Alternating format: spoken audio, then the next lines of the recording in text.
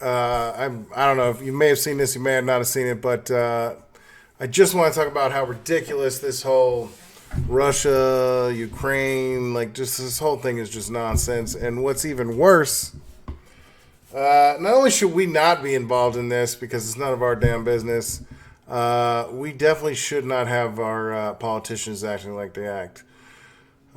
Here, let's just get into it, man.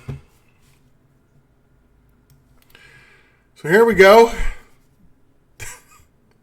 Yeah, this is real. Senator Graham says it would be a great service if a Kremlin official killed Putin.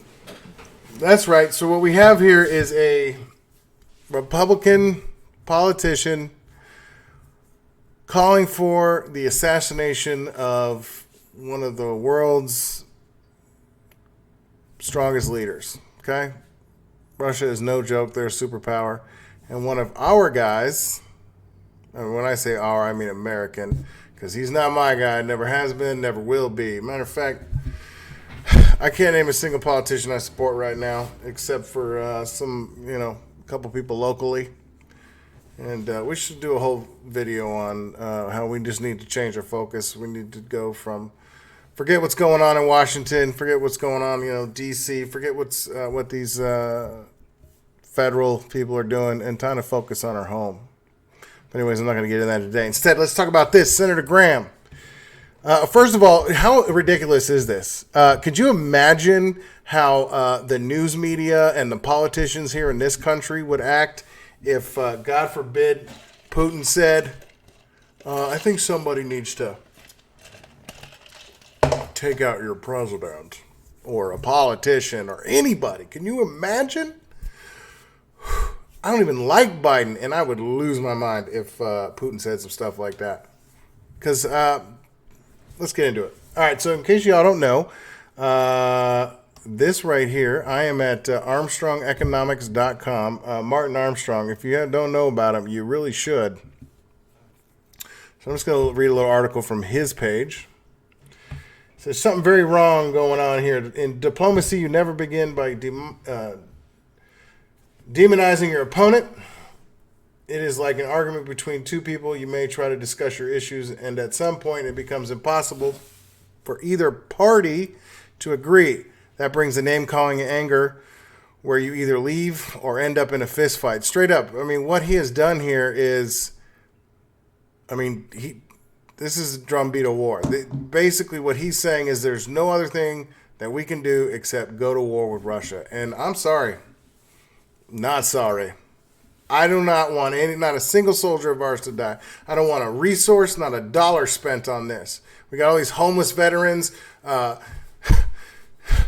These democratic cities look like fourth world countries.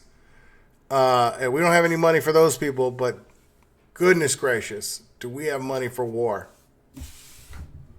Folks, Republicans and Democrats never agree on anything. And I'm here to tell you, since the start of cooties, they all got on page and on board with all that stuff. And since that narrative is dying, now we're moving on to war with Russia. Seriously. I saw this meme and it was like, like a Facebook profile thing. And it's just like an NPC. And it says, I support whatever current thing is going on. I support the current narrative. And that's literally what's going on. And honestly, at this point, if you tend to be like a MAGA type person and you support going to war, well, you should go first. And if you're a liberal supporting this stuff, what happened to you people? At least the liberals were always against war. And now all the same people that are constantly trying to get politicians and the government to take away the Second Amendment rights of citizens who don't break the law, by law-abiding citizens.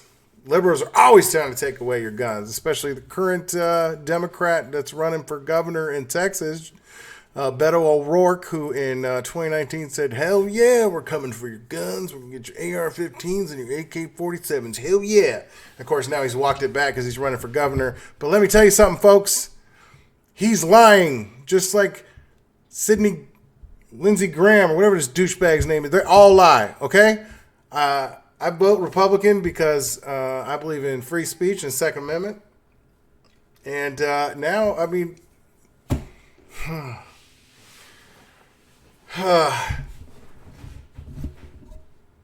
at this point, Republicans and Democrats seem to be on the same page with everything. And when you have one party, folks, it never ends well for the citizens. Anyways, let's see. End up in a fist fight. So here we have skipped all the formalities, abandoning discussion, and simply moved to verbal assaults. Something is just not right. You got that right, Martin.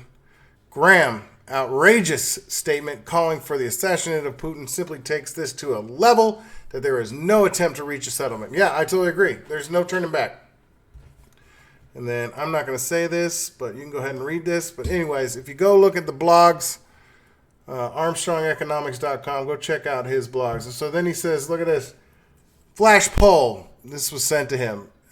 As Russia continues to invade, what level of aid, if any, should the U.S. provide to Ukraine? Here's what's interesting. Here's the options. Send troops, airstrikes, military aid, including weapons such as javelins for Ukrainian people. What?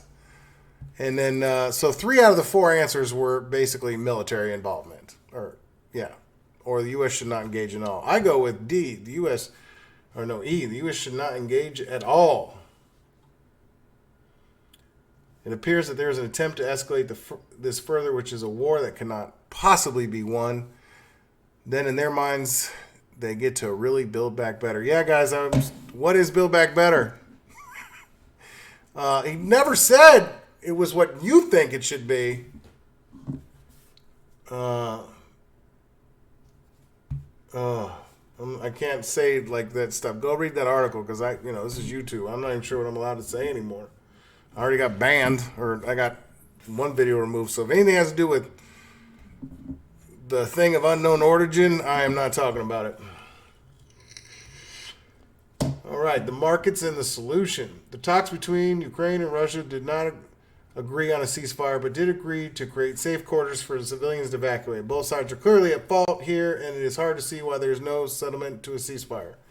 Agree to a democratic resolution, allow the people of Donbass to vote and monitor it. Both sides should agree to accept the vote and end this nightmare. There are too many civilian lives disrupted, and I do not think that they have had a voice in this dispute. My discussion with some Ukrainian friends feels that they have become mere pawns in a chess game between the West and Russia. Meanwhile, Zelensky claims he foiled 3 assassination attempts by Putin. Yeah, okay. I feel like if Putin was trying to assassinate him, it would have been done. There's up to 700,000 people possibly have fled already. Now here, this guy. So look at this.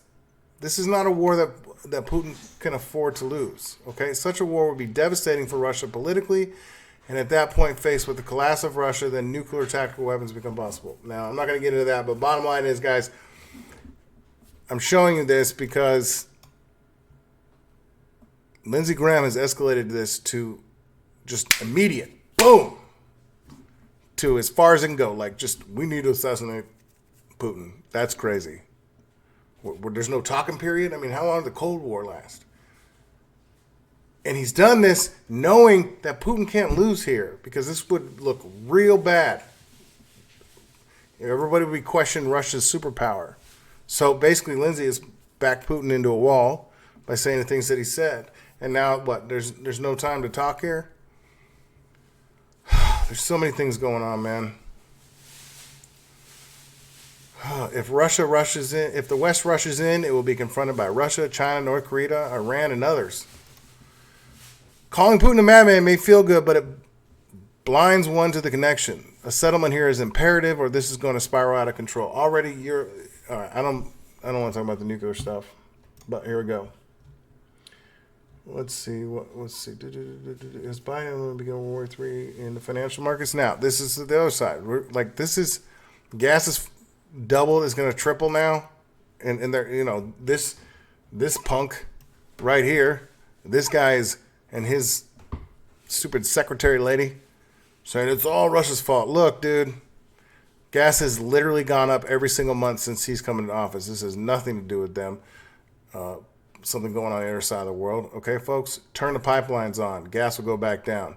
But we have supply line issues, which is also Biden's fault. We have all these things going on, and they always want to point the finger at somebody else, but they never want to take, never want to take,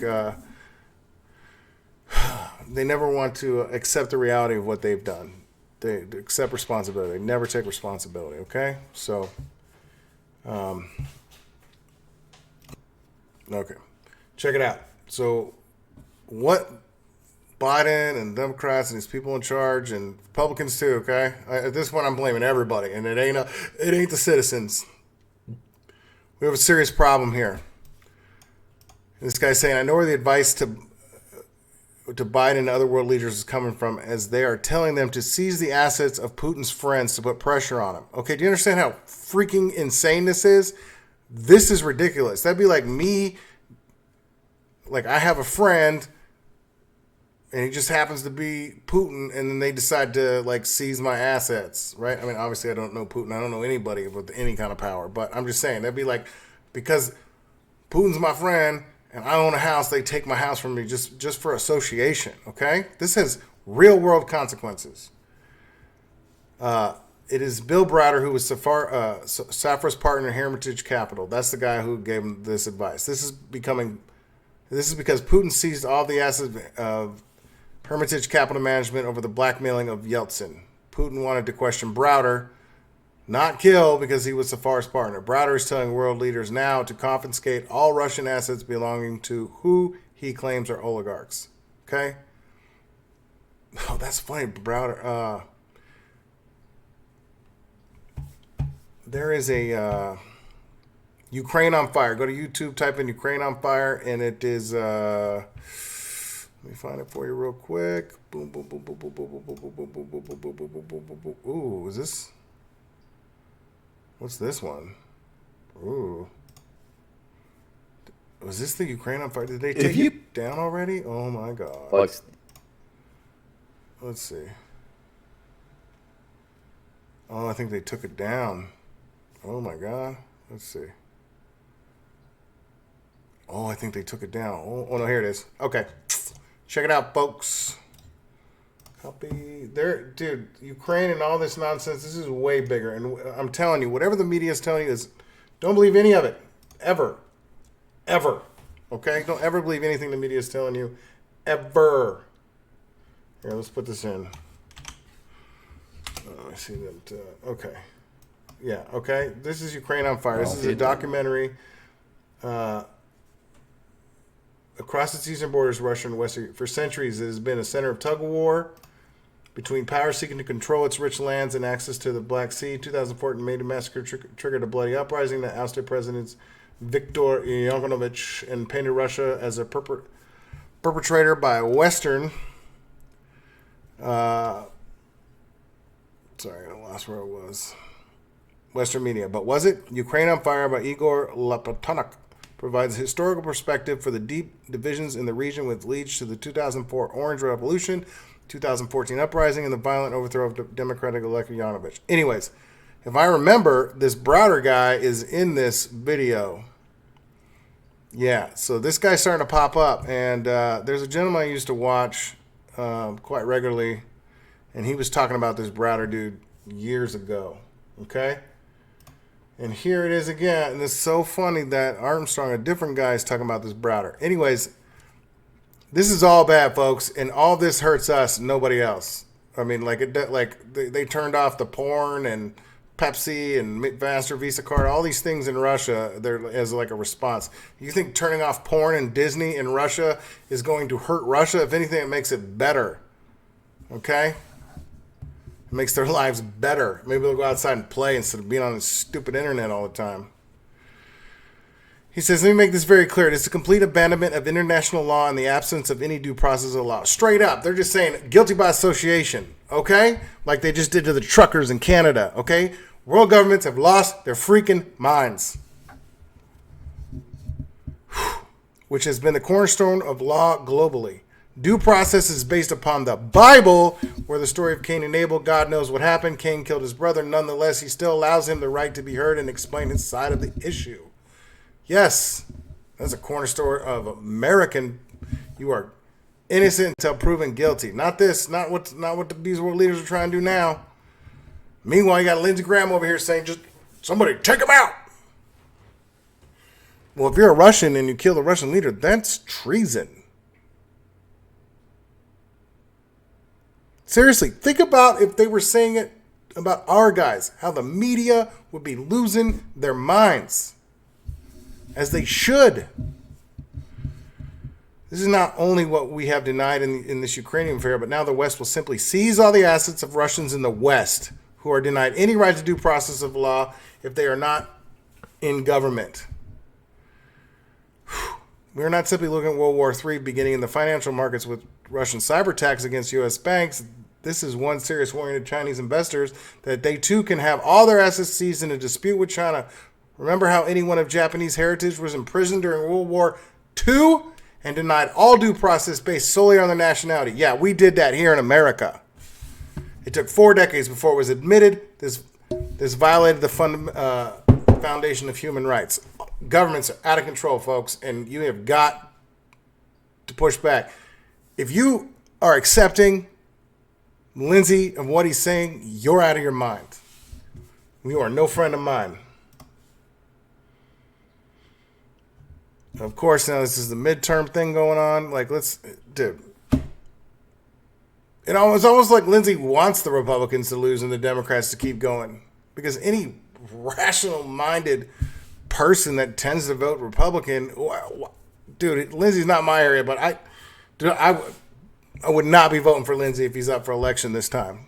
Like, I would vote for the Democrat because at least the Democrat's not saying what he said. I mean, seriously, take a minute and think about the repercussions of his words. Anyways, folks, that's about all I got to say today. I'm just blown away by these supposed leaders.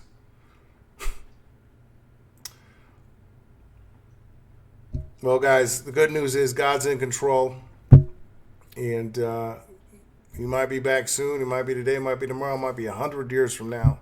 But I do know this. This world is turned upside down. Up is down. Bad is good. You know, you feel what I'm saying. So do yourself a favor. Tell somebody you love them. Start spending time with your family as much as you can. Start growing food at your house. Sell your home. Flee to the rural areas if possible. That's my plan. October, November, maybe, depending. Provided God says it's all right. I am selling my home and bouncing because Phoenix is quickly turning into LA, and that's not what I want to be, man.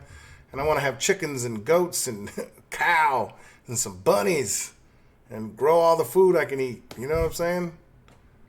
Like, turns out God had it right.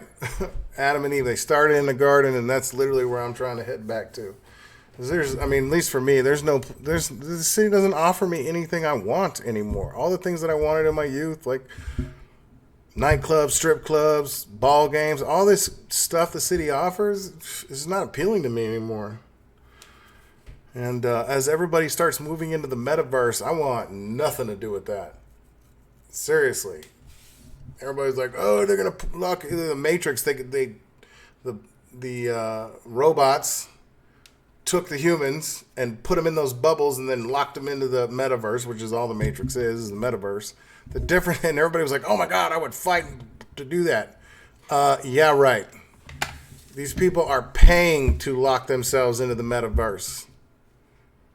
Seriously, guys, take a step back, slow, look around, wake up. Because everything that is good in this world is not in some glasses, and it's not in our politicians. Take over your school boards. Get on the city council. Make sure you elect the right sheriff. Take back your communities, and whatever these federal people do, it won't matter. That's why there is separation of state and federal. All right, guys. God bless, and until next time, tell somebody you love them.